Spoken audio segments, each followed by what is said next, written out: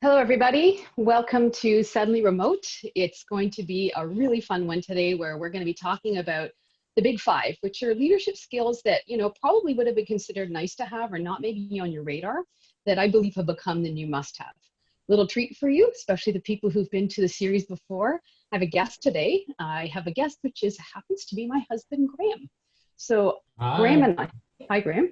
So Graham is the Chief Science Officer at Neptune, which is a wellness company that has a really interesting, as opposed to Thoughtexchange, which we're a tech company who've been remote since before COVID. Graham's company was largely in sites, everybody on site with a production staff, who then brought the office people to remote while keeping the production going as an essential service. So he's going to be weighing in on some of the things on how these five leadership skills are impactful in his environment. There's another reason I invited him, which is this whole idea came for this one in a car ride. We have a history of long car rides with no music, where we just talk about really, great in-depth conversations dating back from before you're married. And we worked on this one together, so I thought it would be fun to include him. So a special surprise treat. What are the big five? Here's the reveal. We're going to touch on the importance of tech savviness as something that has never been more important than it is now.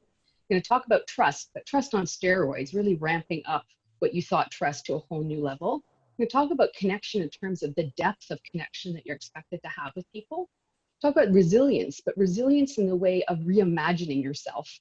And then we're going to talk about crowdsourcing as an actual leadership skill. And so back and forth, we're going to have some commentary. Really excited. Please make sure to put questions if you have in the chat. And we're also going to run an exchange at the end. So have your phones ready for that. And that's how we'll do our Q&A. Tech savvy. Now, this is a really interesting one because tech savviness is not one I would have put on the list earlier, probably 6 months ago, largely because I'm not that tech savvy. And so I would probably have downgraded it as an essential skill. But tech savviness has taken on a whole new way of being. What does it mean? It means that you have to actually now know how to navigate multiple platforms.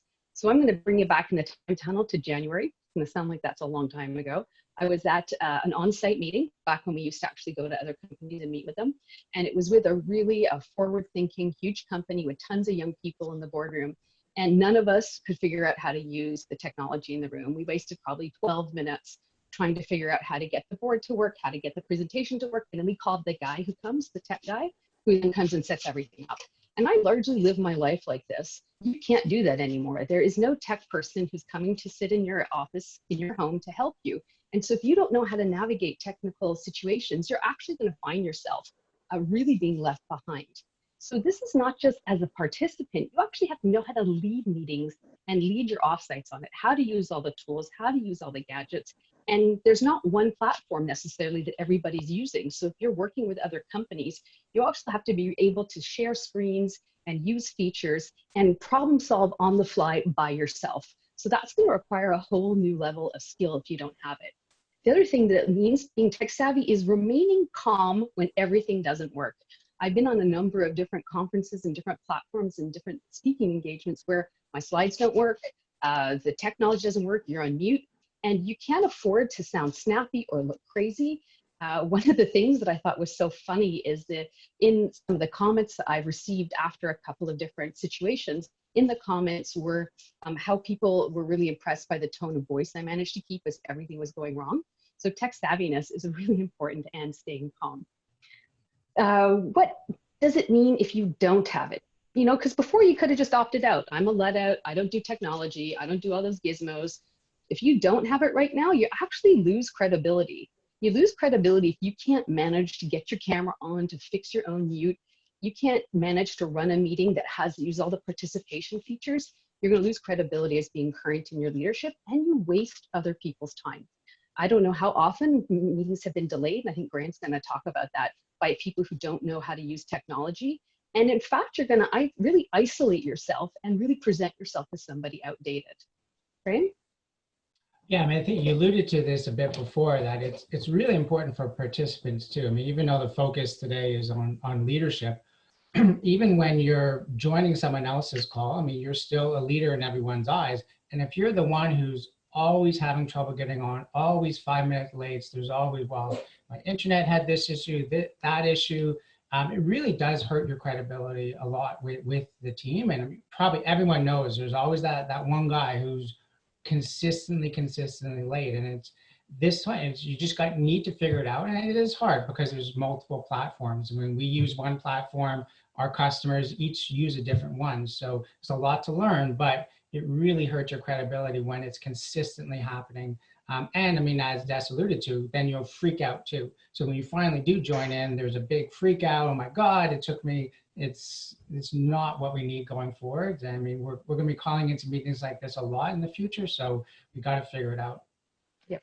And that's exactly how we're going to figure it out. Is you have to prioritize tech building sessions for everybody. You've got to prioritize it. People can't just say, I'm going to have somebody else do it.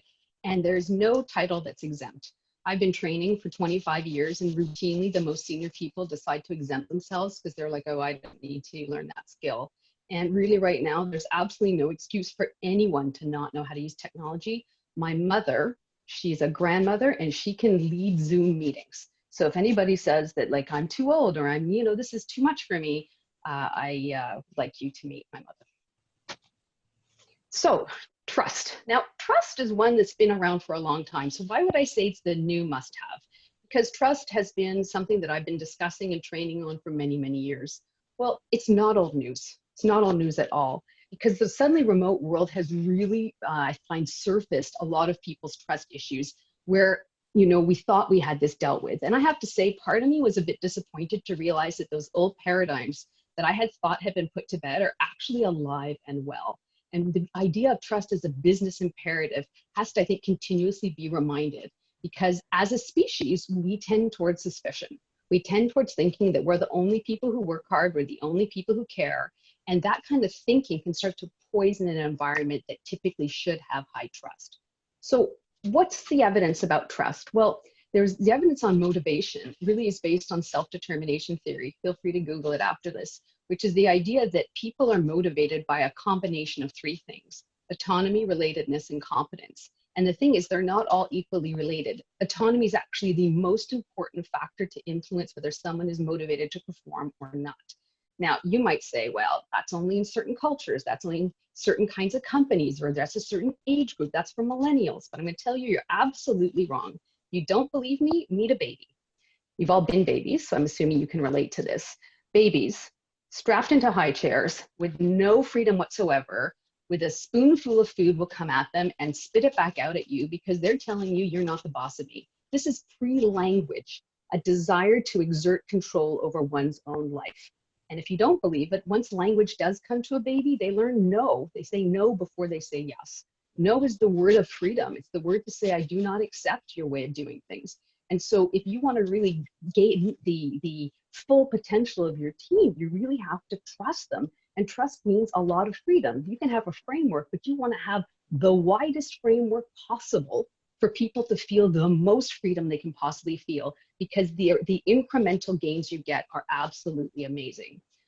Unfortunately, I've seen a trend popped up on LinkedIn and popped up in a ton of different feeds about sort of the ambulance chasers of old paradigms. What I mean by ambulance chasers, I mean the rise in tracking software. There's a ton of it on the market now. And if you look at their stats, they're up, hundreds of percents of organizations looking to find a way to keep track and control of people, because the belief is that now they're at home, I can't trust them anymore.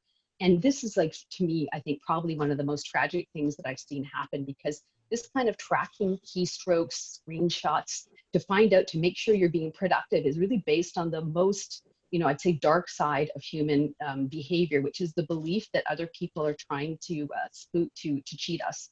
And how this software is designed is they're claiming, and look at it all over the place, that out of 3 employees, 1 of them is not working. The other ones are happily working, and you can find this out through tracking. And this assumes that all the people being tracked are happy being tracked, and you're going to catch the 1 out of 3. When in fact, the stats show that people do not take advantage of you. And even if somebody did, the advantages are worth it. And I know this from personal experience. Over my entire career, where I've always given the widest berth possible to people, I've had 1 person take advantage of me. And you could be the person to say to me, see, you trusted people too much. But I'm going to go to the adage that my father always brought up as a law professor, that it's better to let 10 guilty men go free than to put 1 innocent man in prison. Well, for me, it's better to have all my employees benefit from the amazing, increase in productivity that comes with trust versus worrying about the one person who took advantage of me once. Those people who didn't, which are many, are now HR leaders in billion-dollar companies. So I really believe in this strongly. So a few years ago, at a previous company I was at, we actually acquired a company that had a site down in the US, and they had this type of software installed. And I mean, not only did it really, really kill the motivation, but it also, people knowing the software was there, the connection between people didn't want to send certain things in emails. Everyone was worried about everything that went on, that I mean, even taking that 5 minutes to look on Amazon, you're actually clearing your head, you're helping your performance, but you're afraid to do that because every second, well, what if that's the time they take the screenshot? It's really not a good thing for motivation for your team. And as we go into the next section on connection, it really hurts the connections too. Yeah. So, a big thing for me is to get down on trust. So knowing that we have this condition called the fundamental attribution error, what that means is that we fundamentally believe that we are more noble or moral than other people. And so by that, we often think that if I give an inch, someone's going to take a mile. Even though I think that I can work at home and I can do a couple of house chores, somebody else doing that's going to take advantage. So what I would say to you to do if you've got this going on in your company is run an outdated beliefs exchange on trust. And so I often push this as an amazing question to ask your company, which are what are some of your outdated beliefs that are keeping us from making this change? So if there's a lot of concern and you're looking to buy monitoring software, ask what is it that you're worried about? Because there's so much evidence to prove that you're not going to be doing the right thing for your business. It's an outdated belief. And what you'll see in the exchange is things like people wouldn't work if they didn't have to. If I give an inch, they'll take a mile, or my favorite millennials one, wanting medals for just showing up. And then what you can do is work through in a workshop setting, what are the real benefits to this versus the detriments. And I'm even talking about people doing things during the day that are not work related. So, I mean, if you look at the research in terms of kind of the not work related, people actually going out and moving around in the middle of the day, I mean, that tracking software probably makes it look like, well, they're doing nothing. But I mean, the reality is maybe they're out mowing the lawn, but just that extra activity versus sitting on your butt all day long, I mean, it increases motivation, it makes time management better, mental performance goes up. They've actually even done brain imaging studies to show that the areas of the brain that are responsible for attention and working memory both become more active with just that little bit of exercise to get the blood flowing. So, I mean, this old outdated belief that you sit at your desk and do nothing, not only do we know it's unhealthy for you, but actually it's going to hurt your performance at work. So it's really important to allow people to do what's right for them and trust that at the end of the day, end of the week, they're going to get what needs to get done. Mm-hmm.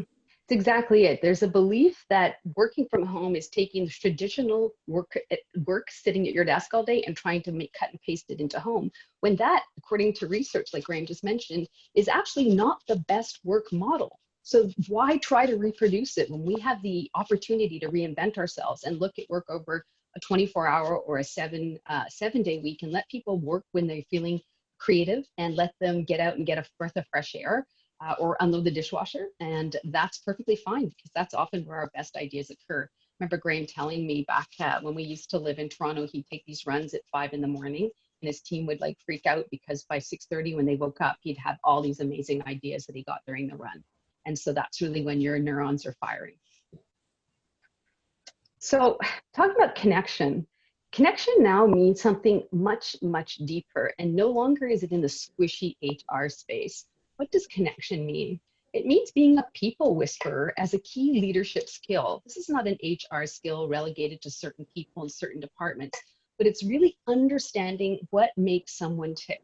And I use this, image of a car being broken down because, when we were initially talking about this on our car ride, I was saying something interesting is that Graham would grab my car at one point and he would say, I hear like a rattle. Do you hear it when you turn left? There's a little bit of a rattle. And I'd be like, oh yeah, whatever, it's been there forever. He's like, you probably should go get that checked out. And I know he's about to burst out laughing. I'm telling this story. This has happened repeatedly. And I put it off. I'm like, whatever, rattle schmattle. It's working fine normally. And then boom, it's like a $3,000 problem. And when I went in, they were like, well, if you brought it in right away, we could have done it like under warranty, or it would have been like $500. People are the same. You listen and you hear rattles. And if you get the rattle before it becomes a clunk, you can actually keep yourself from breaking down on the side of the road. So we're really looking for leaders who, when they're asking people, how are you doing? How are you feeling? Is everything all right? Digging into that dark area. We used to say leaders shouldn't dig into someone's personal life. We shouldn't break the fourth wall. We shouldn't ask about kids. We shouldn't ask about parents and mental health, is actually wrong, because by digging in, you're actually going to be able to help adjust for all those things you hear. So the kind of skills I'm talking about is active listening, which is asking questions to really understand and not to respond. So you're going into a conversation just to understand someone more deeply, to understand what is the rattle I need to listen for in this person so that I can make sure I catch it early for them. Empathy, which is, you know, whether you have small children, I don't have small children at home. A lot of people at Thoughtexchange do. I just have empathy for them. I care for them and I care about their kids and what's going on. Even though I don't have that situation, I still can relate to it. And there's something that we use at Thoughtexchange as one of our values, which is extraordinary respect, which is the idea that the best way to respect somebody is to be interested and to connect and to ask them when something's going wrong. Don't just let it go by and let that clunk, that rattle turn into a clunk. So I think we had something I was going to pass over to you, Graham, about this. Yeah, so I was actually going to talk about how, so back in the day when majority of people on a conference call were in a boardroom and there was always one or two people calling in, it was always really exclusionary for those people calling in because the sound quality was bad. They couldn't speak over other people. So it really was like you were excluding them. But now we're all on the level playing field. Everyone's calling into the same meetings, but we all have our one little camera focused on us. Whoever's speaking is the one who comes up, and it really is helping be an inclusion tool. So everyone is really at the same level. I mean, I used to hate when there was executive meetings to be on the road. I mean, the worst is when you're calling in from an airport, trying to take part in a meeting.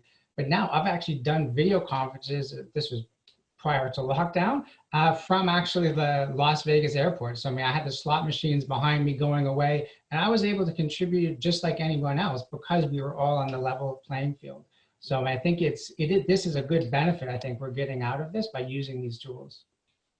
And so here's a great way, and I think that, you know, what we're talking about here is when we're connecting with people is also not being afraid to ask the deep questions. So right after COVID began, Dave, who's really great, he's our CEO, he asks questions. He puts it right out there to everybody. So it's not just connecting one-on-one, it's also connecting with the entire group.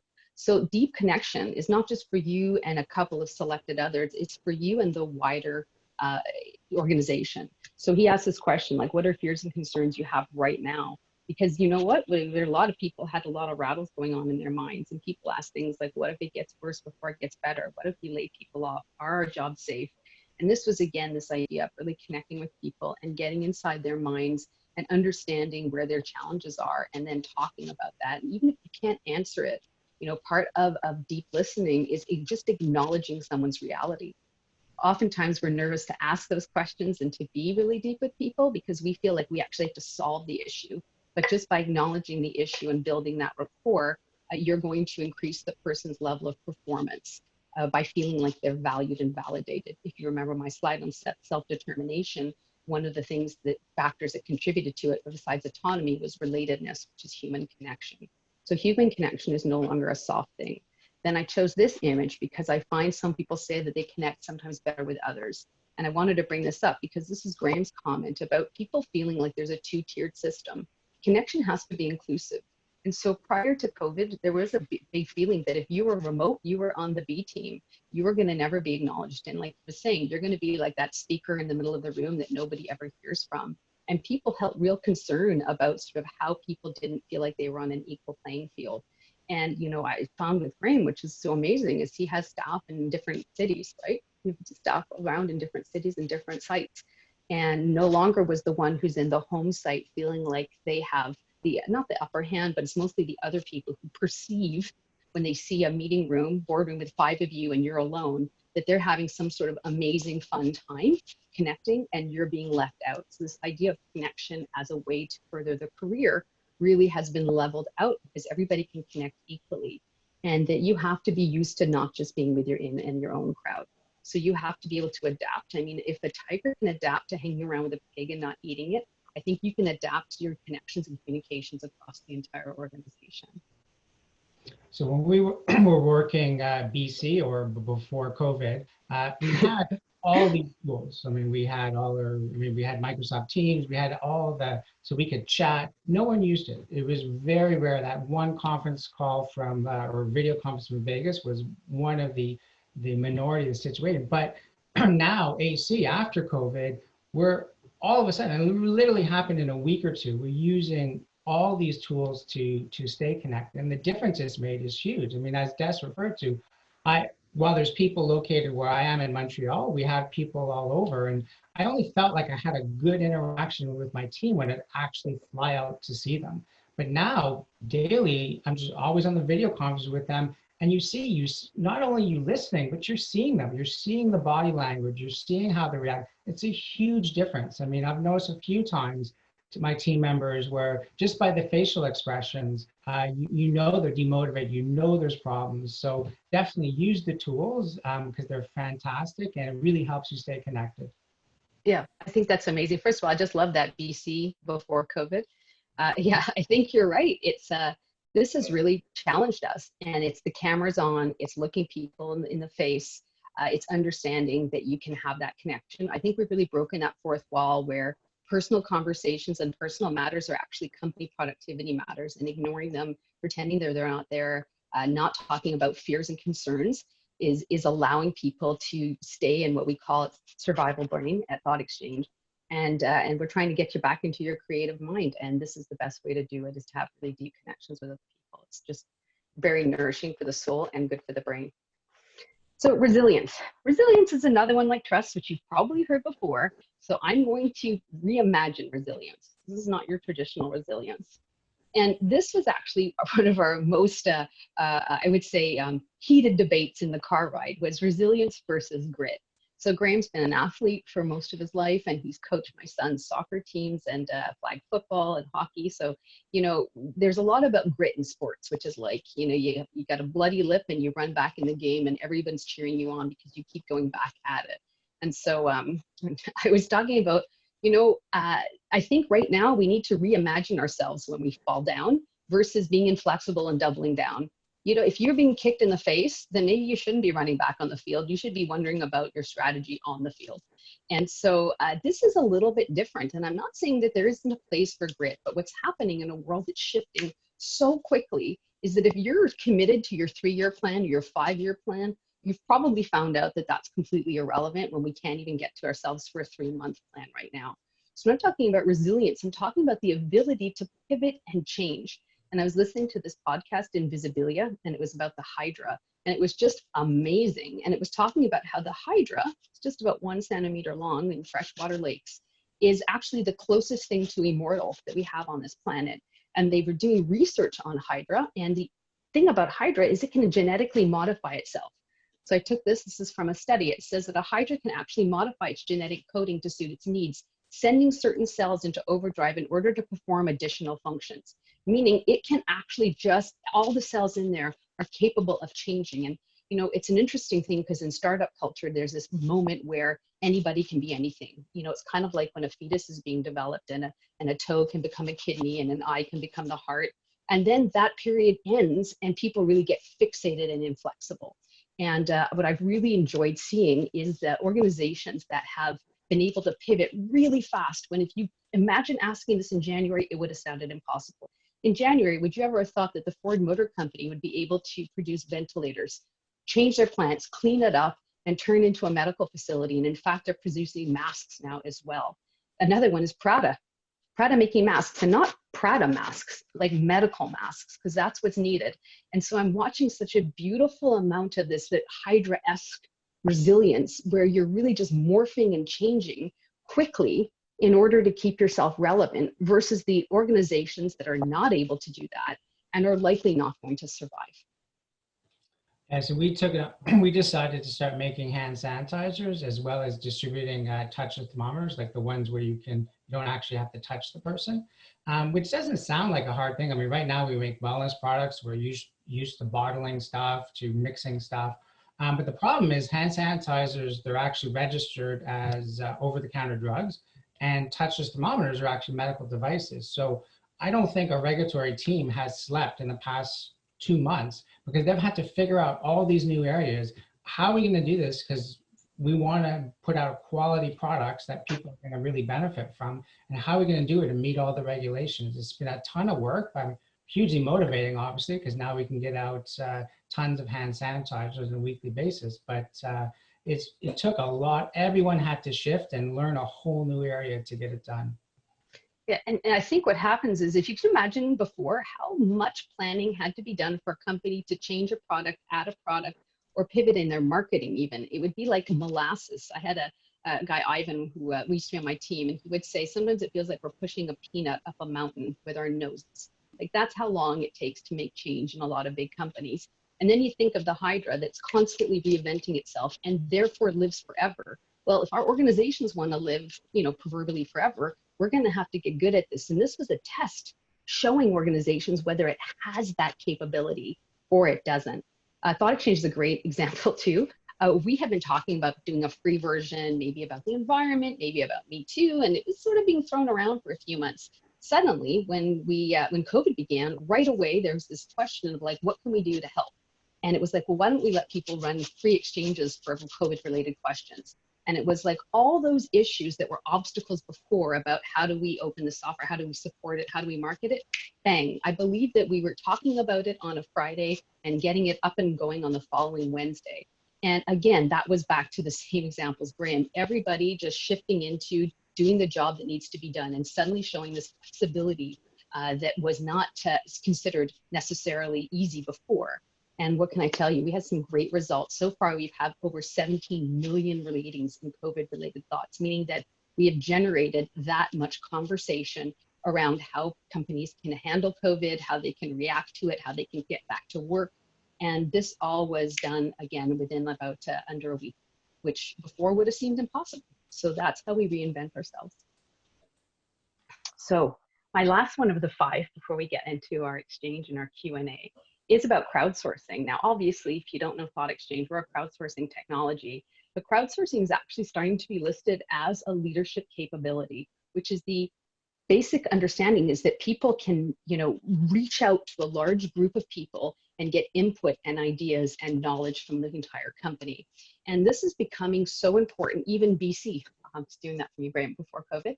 It's so important because there are multiple layers to organizations, and the people who work their way up, the old paradigm from the bottom to the top, the job that they used to do doesn't exist, or not the way they did it. So their paradigm about how the world works and what the company's like is actually wrong. And so if you keep decision making at this top fold with like a few people holding on to it who are not necessarily connected directly to the customer, the product, the production line, the technology, they're actually not making the best decisions. And then because of the hierarchy and our desire to align to power and our bias for title, we might actually support things that we would not have supported. And so, Gartner has this, wonderful quote that I love to use that about decisions made by a broader, more inclusive group have a higher likelihood of resulting in better business outcomes. So we know that this is a better thing to do, but we still have a lot of people who believe they're the expert, they're the sage, they're the person who knows the most, and that people should just be agreeing with their decisions.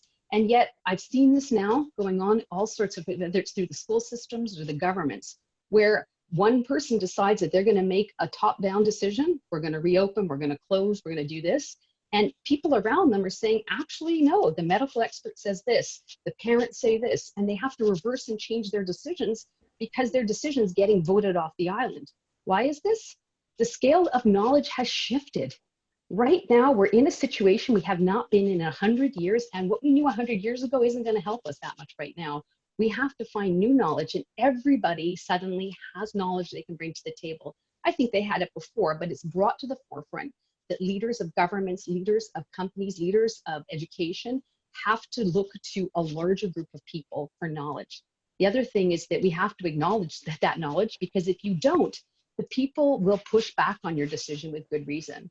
They'll push back if your decision isn't the right one. So if you can spread a question out to a large group of people and understand their concerns, thoughts, or ideas, a leader actually makes a better decision. So one thing we saw at our company was, I mean, you think of simple things like sales. I mean, what used to predict your future sales based on the past? It's so hard now. We don't know our store is going to be open to sell our product. Are people going to want certain wellness products post COVID?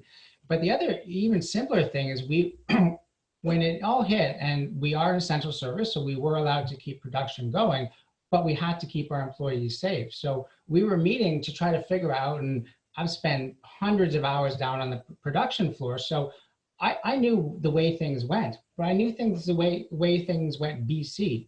I didn't know how things were going AD after we've already done some changes. So I didn't know at what points were two employees, they had no choice but to be within 6 feet together. So we really had to go to a much broader field to bring in the production people to let us know how has everything changed? How can we ensure their safety in this AC after COVID world?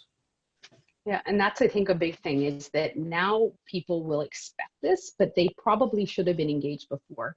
In the old paradigm, we used to hear that you want to include people so that they give you buy-in. The idea was kind of like a bit of like mental manipulation, like, hey, you want to just let them feel included just so that they feel like they had some say.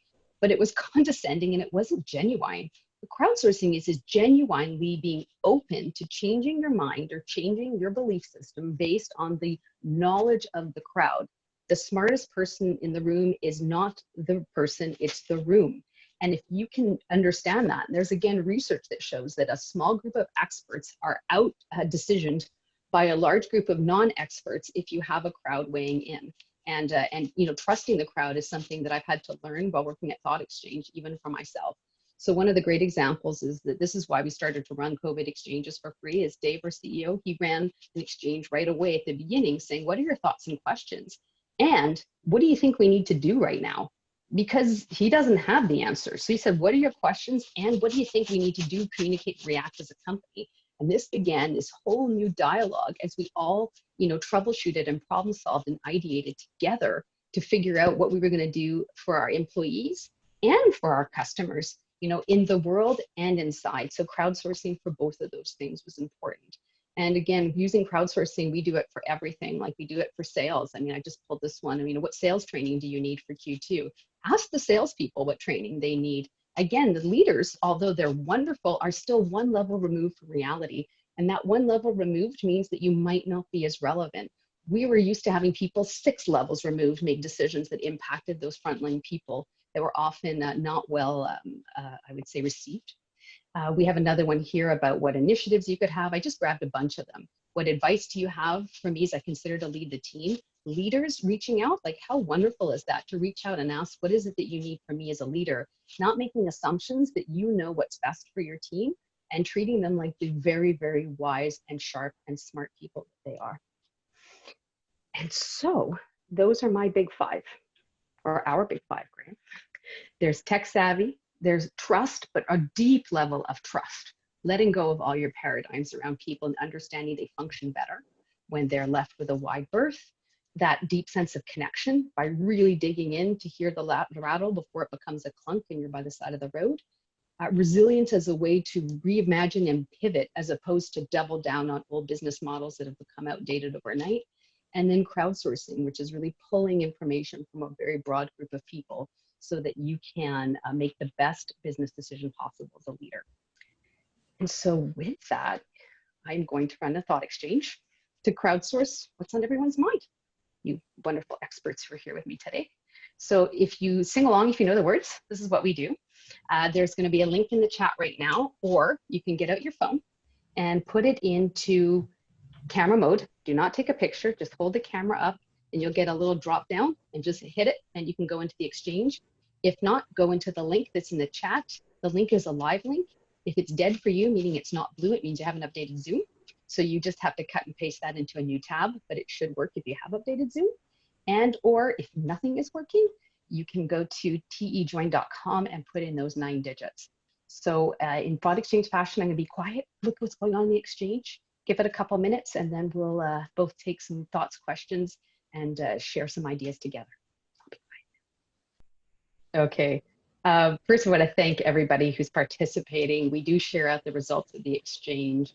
And I really love having this conversation, especially since we're testing out these 5 for the first time.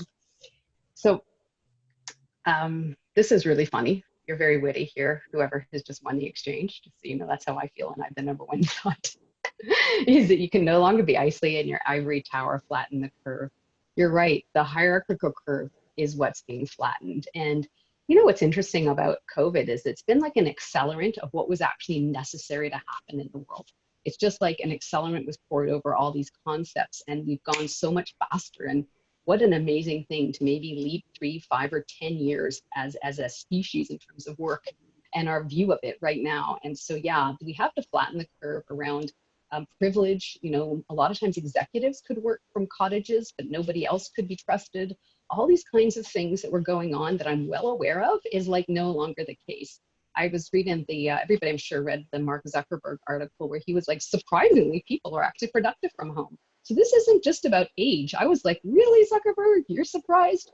You know, this is like, I think we've known this for a long time, that people are actually incredibly productive when they're given a lot of freedom. So I think that was interesting. Oh, we have a new #1 here. Biggest fear post-pandemic is leadership reverts back to the old paradigms. What do you think about that, Graham? You're a company that actually can go back to work. I'm not one, so you're probably better suited to answer. So I agree 100%. I mean, I think we're going to have social distancing for a long time to come. But even when that goes away, I mean, I think all the lessons we're learning now, we should keep them going. I think it's really going to benefit us as companies by making sure it's more equal. We're crowdsourcing the ideas. These are all things that COVID has forced us to do, but these are good things that just keep going. Yeah, you know, it's an interesting thing. I remember in the 2008 crisis, there was like this really big dramatic change in turnover where people were like, you know, not leaving because there were no jobs. And it was sort of like HR's best moment because suddenly nobody was complaining about anything and everybody was grateful to be there.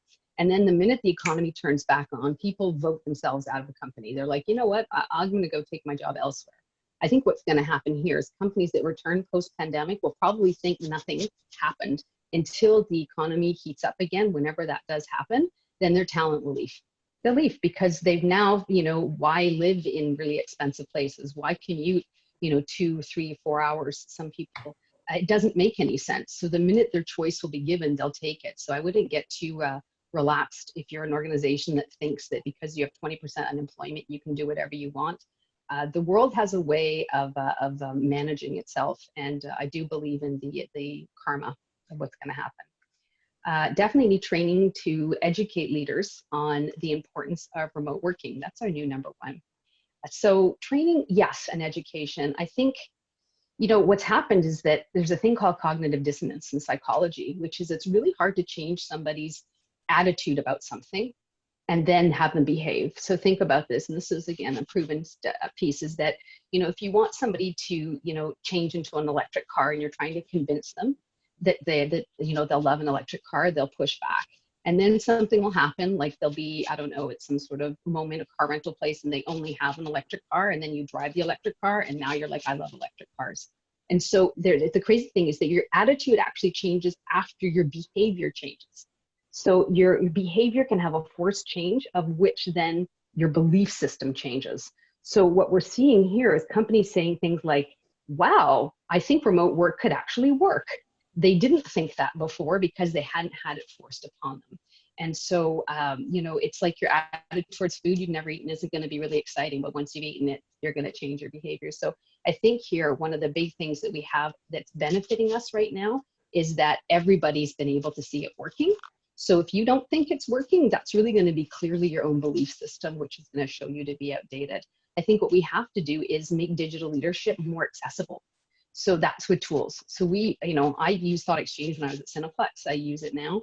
Is you have to give people the right tools in order to do it properly, or else it's really hard to feel like you're inclusive and getting stakeholder input and moving projects through quickly. If you don't have tools like Zoom or Teams and you don't have exchanges, it does become hard to enjoy remote work. So the investment needs to be made to do it. So if your organization hasn't really made any investments and is using a conference call-in number, you're likely going to have to return to work. I think most people are realizing that they can make these investments and they're actually not that expensive when we compare it to rent and office remodeling and all the other parking and all the other perks we have to give people. I think it's not, you need the tools, but you need to promote them internally too. Because if only a small minority are using them, they're not really that effective. I mean, they're better than nothing, but it's really when, and this is what we saw, when everyone jumped in on them, that's when the effectiveness of them becomes huge. I see here in the chat, so Connie's asking, what's the best thing, what's the best investment for remote workers other than Zoom? Well, obviously, Connie, I'm biased. I'm going to say Thoughtexchange. I'm going to drop a link in to get a demo after. I think what you want to do is you want to look at ways in which it makes it easier to collaborate and easier to get things done quickly. So one of the biggest issues in corporate change is that it's really hard to get, if you look at people's meeting schedule and you wait to get everybody in a meeting to make a decision, you're too slow for today. If I look at all the key stakeholders I need and I try to find a meeting time, it might be 6 weeks from now before we have that meeting, which is ludicrous in our world right now. I can't wait 6 weeks. So what I was liking the exchanges is that people would say to me before when I was with Cineplex, well, it'd be great to get input, but we don't have the time. I can get 75 people's input in the next hour, in the next 3 days. If we have a turnover issue, we can just ask the whole department what the heck's going on. And so if you have a confidential, fast way, a tool to get out to people, you're really going to have people stop having the paradigm that we have to sit in a boardroom. And as Graham said, we won't be able to anyway. If you go back to work, you're not going to be in a boardroom. You're not going to be in the cafeteria. You're not going to be at a tete-a-tete because you got to be 6 feet apart wearing a mask. So we have to bring this in regardless of whether you're like Graham and have beautiful office sitting or waiting for you, or like me who works from home.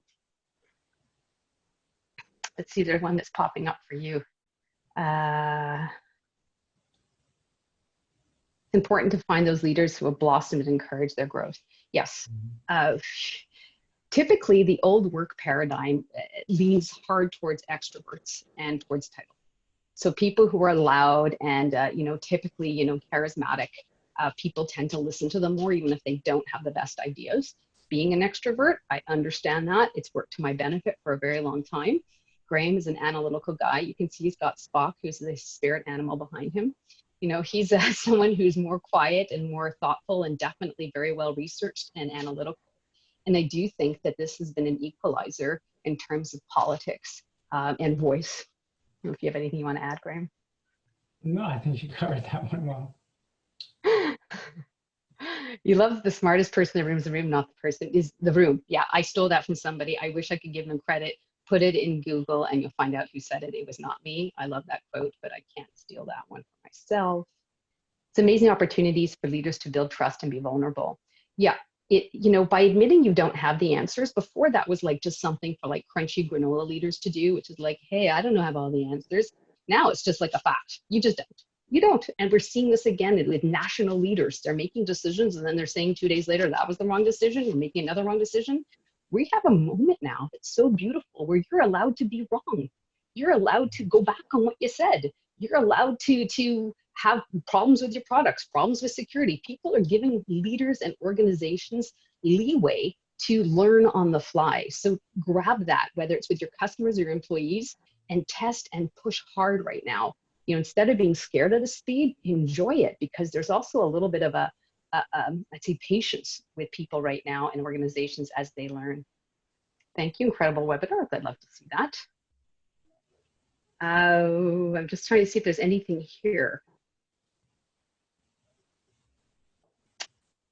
Yes, about technology. It encompasses inclusive communication. Exactly. Seeing if there's anything extra that we can add. Graham, if you see something, you can grab it. I think it's so important that leaders see crowdsourcing as useful and helpful, but they don't do it. I need a way to politely share these saving graces, top 5, so I can help from my mid-level position. I'm left doing all my business in secret. First of all, I hear you out there and I feel for you. It's amazing you're here. What I've seen now is we're seeing a huge explosion in attendance for these kind of events, because I think people are prioritizing learning as necessary. in order to stay relevant. It's not like a nice to have. Like every single event that I'm on has double or triple the participants it used to have. So what I can say here is it's great to send someone a link to something. It's great to send a team a link. It's great to, have that kind of thing. So ours are recorded. There's a lot of other great material out there. Put an article, I don't know if you have Teams or Slack, and say, let's all read it and take 5 minutes in our next meeting to talk about it. And, Malcolm Gladwell's book, The Tipping Point, has always been an important inspiration for me, which is people would say to me often when I would do leadership development, nothing's going to happen until the top change. Change comes from the top. And I'd be like, yeah, we're going to be waiting a long time if that's what we think, because the status quo served them. So why would they be the one to challenge it? Change comes when a crucial number of people decide they're no longer going to behave in a certain way. And then that change eventually influences the top. And so if you feel that you need to change, get a good number of credible, smart, sharp people to change with you, and the change flows in all directions. Graham, I don't know if you've had any experience with that. No, I agree 100%. Through the years that, how people working remotely, all these, it wasn't coming from the leadership down. It was really coming from more of the masses, people giving their input and slowly pushing, the executives to change. And sometimes it does happen the other way. But it is important that, the more people who start getting in, start using these tools, the more you can show examples of how it's worked. It's a great way to convince the leadership. Yeah, and I just want to show how the room is smarter than one person. Jeanette Sanchez just says that David Weinberger for the quote. Thank you, Jeanette, for giving me that expertise. Proving yet again the point that we are all experts and we're really a community now. We're a community of leaders and a community of learners. And while I might have thought of that as a philosophical belief before, I really, really feel it now. And I feel excited to not have to be the person with all the answers. I feel excited to be able to ask a question and not be like asking it just so that you feel like I asked it, but asking it because I actually am hoping that you're going to tell me the answer. It's a really liberating feeling to not feel the burden of having to make all decisions on my own. We'll do one or two more, and then we'll have a couple of closing comments. Seems to me psychological safety and how to create it to build trust. Psychological safety is when people feel, for those of you who don't know, it's a big part of people feeling like they can bring their full selves to work. So inclusiveness and psychological safety are there together, which is this feeling that you belong and that you're safe. One of the quotes I often use is from an HBR article on Boeing, which talked about how Boeing had a lack of psychological safety in their plants, which led people to not want to give bad news, wanted to agree to timelines that they never could do for disastrous results. And it's heartbreaking, but I don't think Boeing is unique. I think this is all over the place. They just got in the news. None of us want to be there. So psychological safety is creating a world where the voice can be heard and people will focus on the idea and not the way they got the idea. Graham, if you've seen any of that as well. Yeah, it's important for us. Obviously, as making wellness products, if we have an issue for quality, it can have a huge impact. So we really need to trust that anyone who raises up an issue, we really have to listen to it and make sure they're comfortable. They don't think there's going to be repercussions, or we don't think that it's a ridiculous issue. So it's very important to give them that safe zone to do it, and a tool where you can actually do it anonymously. And then, you can even see what has the biggest concern, like you can with Thoughtexchange. I think is a great way to be able to understand what are the potential issues out there and make sure that people feel that safety. Yeah, I think that's a huge thing. Is before the idea of the whistleblower was one unique person who was kind of digging a tunnel around leadership to announce something. When you're using exchanges and you see it's the number one concern and you have that support of the crowd, I find that people actually stop becoming anonymous. They come back online and they say, here's the issue, because they feel validated. And so I've done the same thing. Like the minute my thought is number one, it's suddenly not an anonymous tool, because I've been anointed the person with the opinion that I need to share. And I find it allows a lot of different people to have a voice. And one of the things that I've done in my leadership is in the exchange, I put my thought in without my ability to sell it for my title. And sometimes it's the top and sometimes it is very far down. And I'm like, took a humble pill today. Actually, no one agrees with me. Look at that. Oh my gosh, look, this is one about millennial women. But I do we only have a couple minutes left. I wanted to say that Amelia is dropping a link in the chat right now. If you want to know more about Thoughtexchange, I think Jeanette asked about what are the best tools. We will do a demo for you. We will show you the platform. We're really excited to share it.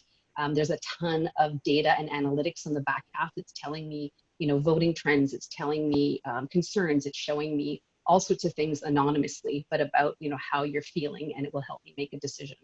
And we're going to post that. And we also are still launching our Keep People Connected on our website, free COVID-related exchanges. We've got several questions about current state and also return to work. So I encourage you to visit our site and get signed up for Keep People Connected, and also book some time for a demo. And you never know, I might pop in too.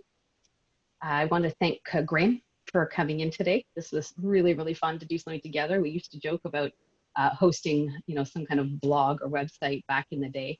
And so this is our first foray. So thank you for joining me today. It was our anniversary yesterday, 23 years. So it's been a long time since those car rides started. And I also want to thank Amelia and everybody at Thoughtexchange for putting this together for us, and wish you all an amazing afternoon. Thank you so much.